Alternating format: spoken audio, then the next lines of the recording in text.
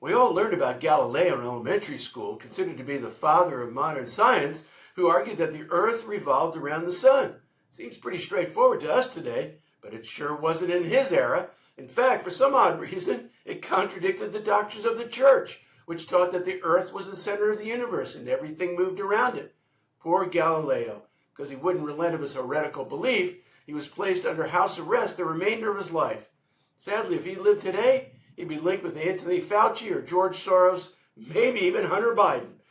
Faith and science don't have to be in conflict.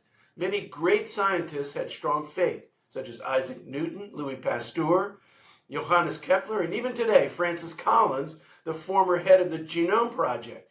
But for some reason, this administration and its evangelical supporters dismiss science.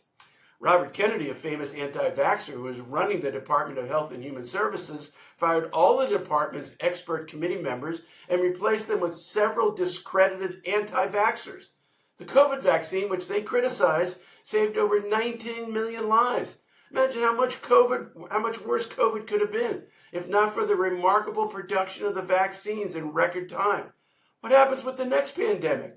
Climate change is considered by many to be the most serious problem facing humanity.